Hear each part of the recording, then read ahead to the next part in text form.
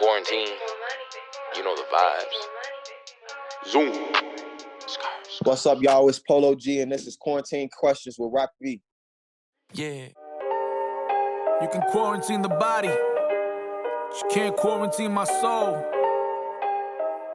Yo, what's good, y'all? We got Polo G in the building, virtually, of course. If you don't know who Polo G is, then you just don't listen to rap, man. He's been killing the game for a little minute now with songs like Pop Out with Lil Tjay, which has over 200 million views on the music video on YouTube. Finer Things is over 100 million views on music video. And Heartless has over 40 million. That's just to name a few for you.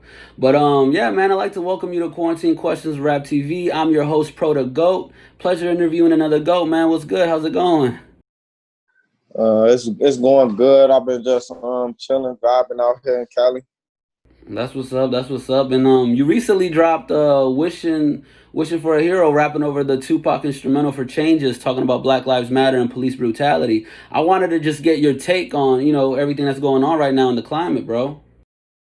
I feel like this a climate for change. I feel like the end result of this gonna be a big change. You feel me, within the entire world, because like we at a standpoint where we really being heard at this point in time, and it's only, you feel me, gonna get better. Yeah, and you wrote that song before everything happened, right? Yeah. Isn't that crazy how it all came around like that? Yeah.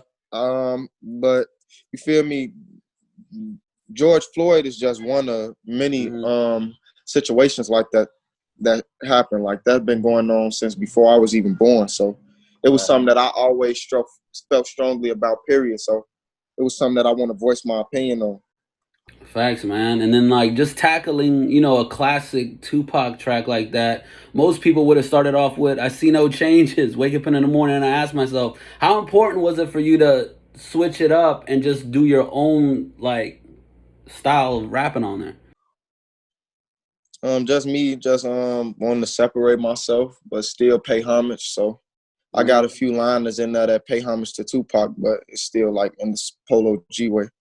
Facts, man, facts. And then, just being out in Calabasas, bro, have you ever experienced any racism out there? I wouldn't necessarily say racism.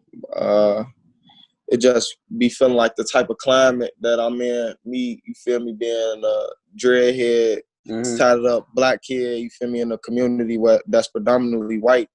Sometimes just the looks or the atmosphere that they'll create when you in that type of community make you feel like you don't belong here. Or yeah, does that ever get to you? Sometimes, I can't lie, because just knowing that I grinded so hard to get from out of my neighborhood to come here in a place where I grinded so hard to be at, and people still try to make me feel like uncomfortable.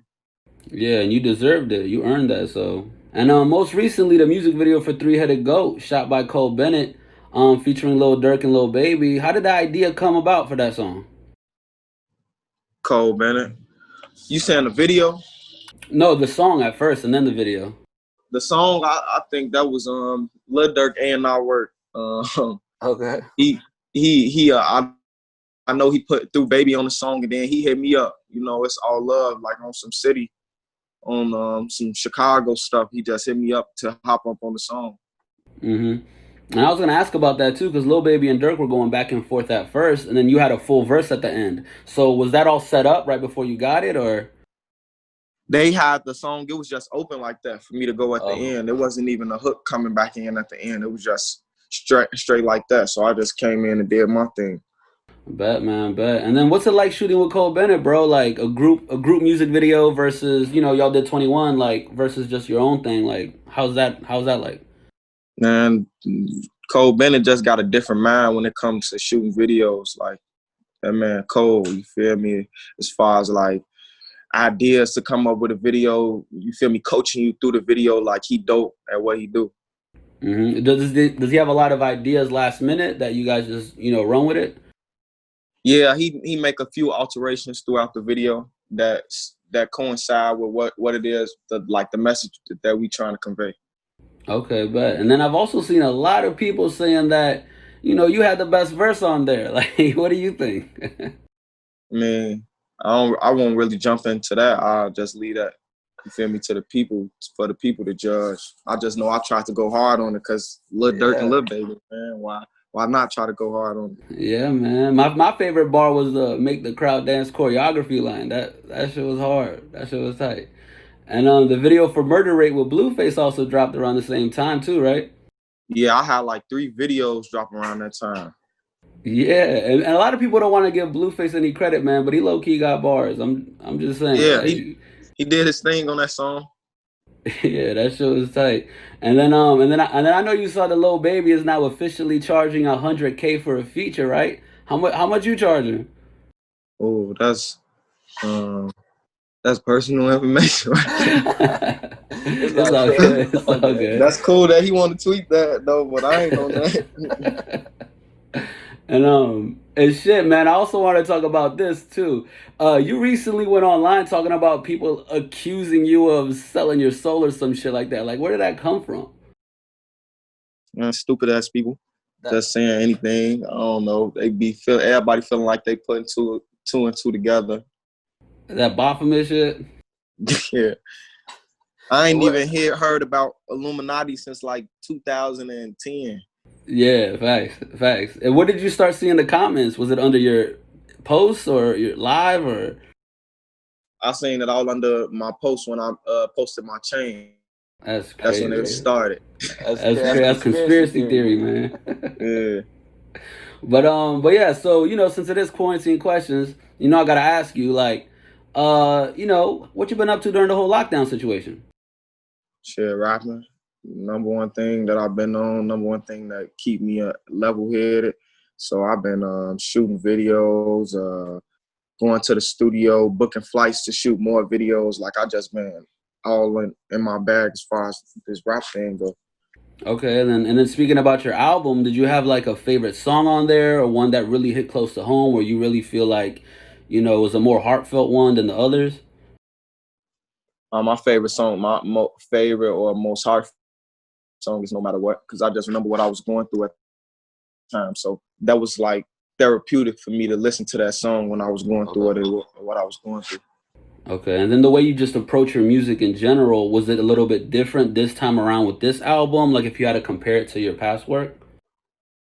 For sure, because just like with me now dropping the GOAT, my next album got to sound different than from that.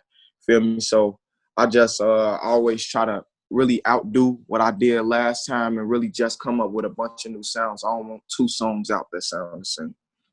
Okay, and then is there like a difference between, okay, I want the overall theme to be this, or do you just do a bunch of music and then you kind of take the ones that sound the most similar together and group those?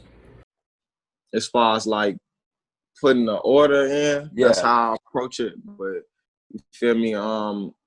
I know like with all my latest projects, I just really want to show versatility. Like I'm not just really going for one vibe or one feeling or one emotion. Like people from all type of different demographics gonna feel what I'm saying. And then as far as this album too, like what was the feedback on it? I know people were waiting on it for forever. Like what's the reception that you got from your fans for it? And was fucking with it. People was fucking with my first album though, Die Legend. Like I got a lot of positive feedback. It was just that when I dropped the GOAT, I was known on a larger scale, and I came more versatile music. So now people could appreciate what I had going on even more. Yeah, no doubt, man, no doubt. And shit, let's take it back one time for all the people out there. You grew up in Chicago. How do you feel like that shaped you musically? Like, did you have a lot of influence from like the Kanyes of the world, or was it like more Chief Keef based? Like, what would you think? I listened to everybody in Chicago, everybody from Chicago, you feel me, that made music, was doing their thing. But I feel like as far as more so influence, I say the drill era, because I started out like drill rapping. But then I just switched it up to the whole melodic thing. But Chicago had a heavy influence on my music just starting out. For sure. And you're also a big fan of Wayne too. So I gotta ask you, what was your favorite Wayne album? Carter 1, 2, 3, 4, 5? Like if you had to choose one. To be totally honest, the only one I got a real connection to was Carter 4, because I was a shorty really starting to listen to music. That was the first album I ever listened to an album or a mixtape I ever listened to fully through. And I used to listen to it like just sitting in my room before I went to school. I listened to his whole album trying to dissect his bars. For sure, man. And let me guess, one of your favorite Lil Wayne songs was Let the Beat Build and 6 Foot 7 Foot? Yeah. How you know that though? Yeah, I'm a pro, I gotta know. But do you have a favorite Lil Wayne verse though? Like that you love, that you're like, yo, that verse is like the best verse. I like that. Damn, I forget the name of the song though. How's it go? He say, damn, when the girl singing on the hook, he like, she pushed me down, I get up. She pushed me down, I get up. Oh, she said this and I said that, and yeah, it was like a conversation, right? Yeah, but she gonna find a better nigga. No, and then it's hook like, I know what he does. I know what he does. That shit go crazy though. That's his best verse though I ever heard him spit though. To me, just on some real shit. Yeah. And then when you first started too, like I remember you saying that you just wanted to prove yourself, so you were trying to murder everybody on their own beat and stuff, and you even remixed songs like the TK Ray song and then the Tupac song. Being a fan of Wayne, did you ever wanted to do something like No Ceilings, where you just took like all the hottest songs out and rapped over it? You saying like a No Ceilings type like mixtape or something? Yeah. Like where you was just rapping over beats or like just going crazy on stuff? No, I ain't want to take that. I just do it here and there because I feel like that'll take away from. Like Wayne did that, and I feel like he was the only person that could really do that. Because any other artist especially in this day and age, it'll take away from your ability to just make music outside of remixes. Facts. And then you listen to battle rap too, growing up, right? Mm-hmm. Do you have a favorite battle rapper or like a favorite rap battle that you remember that growing up listening to or watching? My favorite battle rapper is Hitman Holla. My favorite battle is between the one when he went against John the Don, and then another one when he went against A Verb. But I always like Hitman Holla battles just for the way he could perform. Do you think he beat Hollow the Don when they went at it against each other? I can't really remember that battle like that, but 9 times out of 10 he did. Yeah, Hollow the Don's my favorite battle rapper. That's what I was asking. Yeah. But back in school, did you ever battle rap? Anybody? Yeah. For real, like at lunch? No, I was going to school out south. I was on the low end. I used to go to the school like Price, bunch of badass little kids in there.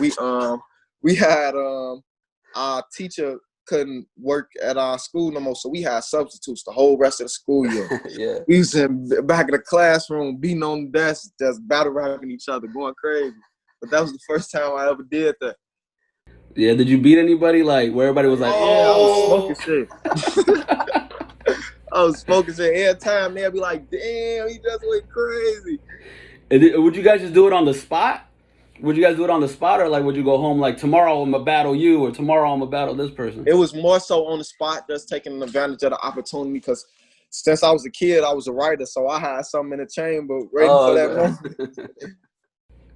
Bet. And then going back to your music career, Never Care was your first song that hit 1 million views, right?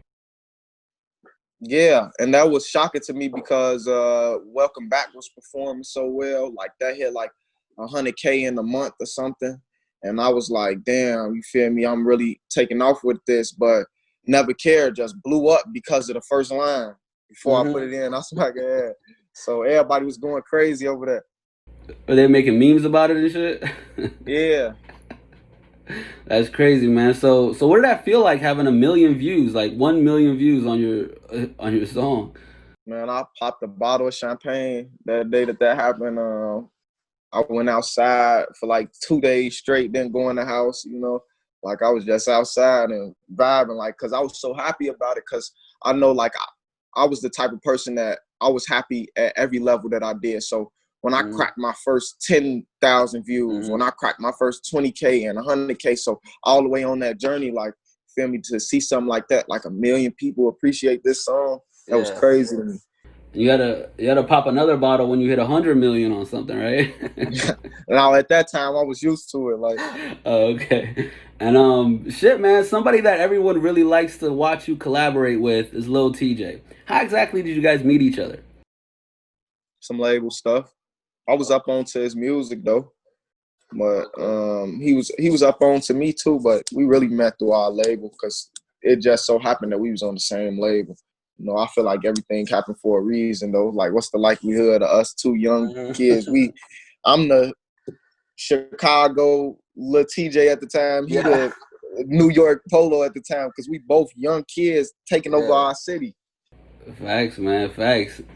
Together. Okay, and then y'all first session, did you do Pop Out, or was there other songs during that session? The first session. Oh first shit! Session we ever did, it was Pop Out. Okay, that's crazy. And then did y'all write the song at the same time? Like, does he write faster than you? Do you write faster? Like, who put the verse down first? TJ was just in the stew vibing at that moment. He wasn't really, you feel me, trying to rap at that moment because I remember the Pop Out song was something that I had in the chamber. I had laid the hook down in October when I was in where the fuck was I? I was in Atlanta. And I came to New York after I signed, and that's when we popped in the studio together. And when I came to New York and we did our session, instead of playing beats, I ended up playing that song. And his A&R was like, "Oh yeah, we'll fuck with this." So I end up going in there and making a verse because the reason I never put my verse on the song because I was having writer's block. So I just end up saying, fuck it. It took me like an hour to write the verse though. I end up writing my verse and then I came back out and he listened to it. TJ listened to it. He like, it go crazy. Like, just send it to me. I'm going to send my verse back. It was like probably a week later, he sent the verse back. Oh, okay. So I mean, you know, you being a young rapper who cares about bars, do you ever get competitive in the studio with any rappers or anything like that? Yeah, all the time. I gotta come with it. Like, you know, like, feel me? Like that's what helped solidify myself as one of the top artists. If I'm coming with the heat every time, you feel me? I'm on songs with these other artists. It ain't nothing like you feel me, like a bad type of competitive vibe though. Like, it's like a friendly competitive. Yeah, kudos to whoever else do their thing too, but I'm trying to murder something. Facts. And then talking about these rappers too, like, is there anybody in particular that like kind of helps you push your pen and like do you get in the studio with anybody in specific where it's like every time you get in the studio with them, you end up coming up with some crazy verse that maybe it wouldn't have been as crazy if you were by yourself? I don't know. Cause I take the same approach every time. Okay. But I know like every time I make something with TJ, it's hard though to me. Sure. Every time I make something with him, it's hard. And every time I make something with Lil Baby, I come with a hard verse. Facts. And then being that you are a lyrical rapper and stuff, like, I would just personally like to know, man, who are your top 5 favorite rappers, bro, of all time? Like, my top 5 favorite rappers. My top 5, I say Wayne. As far as personal preference, I say Wayne. I say Wayne. I say Tupac. I say Wayne. I say Tupac. I say Juice WRLD. I say Herb. I fuck with Herb heavy. And who else, man? I always put Lupe in there. That's just me though. I fuck with Meek though. I fuck with Meek though too. I can't really just say 5. It's like so many niggas I fuck with, but if I had to say 5 for right now, them the first people that come to my head. Facts, man. And then you spoke about Juice WRLD just now. Like, how did you guys link up to collaborate in the past? We was just homies for real though. Like, oh, so you knew him before the music? Before we made any music, like he reached out to me, like, so we was fucking with each other on that type of vibe. Like, before we even made any song, I think it was probably like 4 or 5 months before we ever made a song or something for real. Okay. Feel me? We was just kicking it with each other every day, and he just I think the producer Hit Boy. I had recorded a song at Chalice with Hit Boy, and then Juice laid a verse on it. Okay, and did you already knew Bibby before that? No, that's how I tapped in with Bibby though, through Juice. Got it. And then Herbo, you know, like, he's another one that I know you used to listen to a lot too. Like, I'm sure it was crazy just, you know, being in the studio and just being around that vibe. Yeah. But yeah, man. So what else you got coming up? Like I know you've been going crazy lately. Like you said, you dropped like 3 videos like around a few days. Like what else you got coming up that we should be on the lookout for? Shooting more videos to my album, shooting some new singles that ain't on my album. Like I'm ready to really get the ball back rolling as far as like shooting other singles for my next project that I'm gonna start putting together. But I don't really plan on, you feel me, doing no deluxe or no shit like that. So I'm Okay. just hitting with some singles. But and then are you allowed to tell us what the next music video is or nah? No, I can't tell y'all that. I know it's coming soon though. It's gonna be a summertime jam. Okay. Can you at least tell us if it's gonna be a feature or just you by yourself? It's just me by myself, dolo. Okay. Bet, man. I appreciate your time, bro. Is there anything else you want to tell your fans out there that go hard for you? Man, keep streaming the GOAT. We going crazy. We trying to go gold. So keep streaming that. We trying to go gold before July ends. So keep on streaming the GOAT. Bet. So once again, I'm Pro to Go with Rap TV, and this has been Quarantine Questions. Make sure y'all hit that subscribe button, notification button, stay up to date. We're dropping interviews all the time. Make sure y'all go get that Rap TV merch at rapart.com and join our community by texting 908-341-0067. And as always, don't forget to smash that like button. And one last time, let's give it up for Polo G, y'all. Appreciate you, bro. Hey, bet. Thank you, man. Thanks for having me. You can quarantine the body, but you can't quarantine my soul.